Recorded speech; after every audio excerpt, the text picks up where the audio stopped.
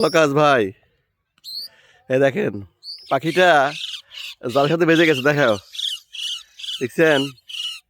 বেজে গেছে। আর চাচা একটা ভালো কাজ করতেছে আজকে। পাখিটা ছাড়িয়ে দাও চাচা, বুঝছো? হ্যাঁ, ছাড়িয়ে দাও। হ্যাঁ, এটা একটা ভালো কাজ, বুঝো নাই? পাখিটা ছাড়িয়ে দাও। দেখেন কি অবস্থা। এই যে সকালবেলা যে চারা খাইতে আইছে, এসে বেজে গেছে। ঠিক আছে, নিয়ে এসে এদিকে দেখি।